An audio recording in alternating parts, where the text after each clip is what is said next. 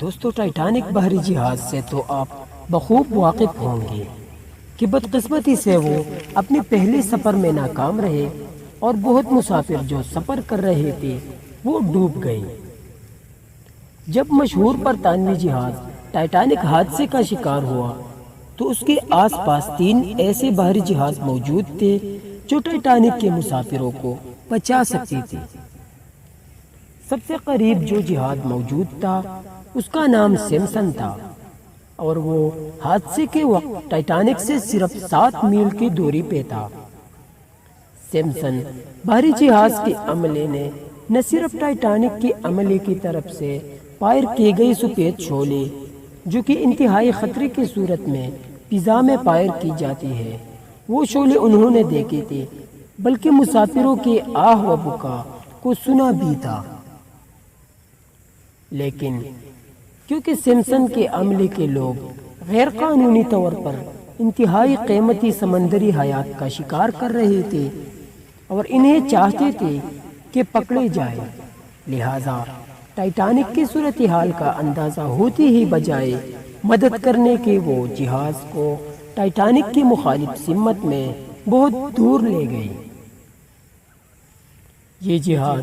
ہم میں سے ان لوگوں کی نمائندگی کرتا ہے جو اپنے گناہوں بھری زندگی میں اتنے مگن ہو جاتے ہیں کہ ان کے اندر سے انسانیت کا احساس ختم ہو جاتا ہے اور پھر وہ ساری زندگی اپنے گناہوں کو چھپائے گزار دیتے ہیں۔ دوسرے جہاز کا نام کیلیفورنین تھا جو حادثے کے وقت ٹائٹینک سے 14 میل کی دوری پہ تھا۔ اس جہاز کے کیپٹن نے بھی ٹائٹینک کی طرف سے مدد کی پکار کو سنا اور باہر نکل کر سفید شعلے اپنے آنکھوں سے دیکھے، لیکن کیونکہ وہ برف کی چٹانوں میں گھرا ہوا تھا اور اسے ان چٹانوں کی گرد چکر کاٹ کے ٹائٹینک تک پہنچنے میں خاصی مشکل صورتحال سے دوچار ہونا پڑتا، لہذا کیپٹن نے اس کے بجائے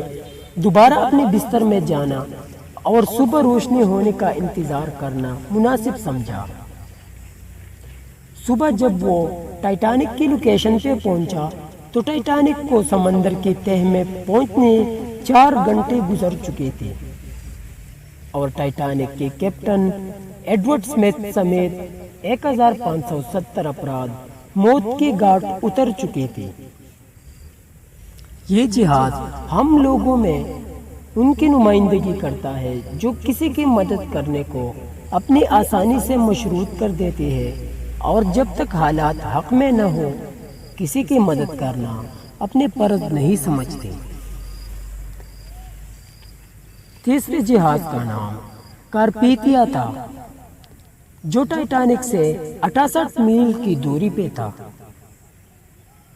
اس جہاز کے کیپٹن نے ریڈیو پہ ٹائٹینک کے مسافروں کی چیخ و پکار سنی۔ صورتحال کا اندازہ ہوتی ہی باوجود اس کے کہ یہ ٹائٹینک کے مخالف سمت میں جنوب کی طرف جا رہا تھا، اس نے فوراً اپنے جہاز کا رخ موڑا اور برف کی چٹانوں اور خطرناک موسم کی پرواہ کیے بغیر مدد کے لیے روانہ ہو گیا۔ اگرچہ یہ دور ہونے کے باعث ٹائٹینک کے ڈوبنے کے 2 گھنٹے بعد لوکیشن پہ پہنچ سکا، لیکن یہی وہ جہاز تھا جنہوں نے لائف بوٹس پہ امداد کے منتظر ٹائٹینک کے باقی ماندہ 710 مسافروں کو زندہ بچایا تھا اور انہیں بحفاظت نیو یارک پہنچا دیا تھا۔ اس جہاز کے کیپٹن آرتھر روسٹن کو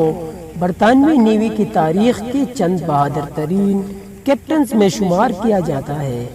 اور ان کے اس عمل پہ کئی سماجی اور حکومتی ایوارڈ سے بھی نوازا گیا تھا۔ یاد رکھیے، ہماری زندگی ہمیشہ مشکلات میں رہتی ہے، چیلنج رہتے ہیں، لیکن وہ جو ان مشکلات اور چیلنج کا سامنا کرتے ہوئے بھی انسانیت کی بھلائی کے لیے کچھ کر جائے انہیں ہی انسان اور انسانیت یاد رکھتی ہے۔ ایک شخص بن کر نہ جیو بلکہ ایک شخصیت بن کر جیو، کیونکہ شخص تو مر جاتا ہے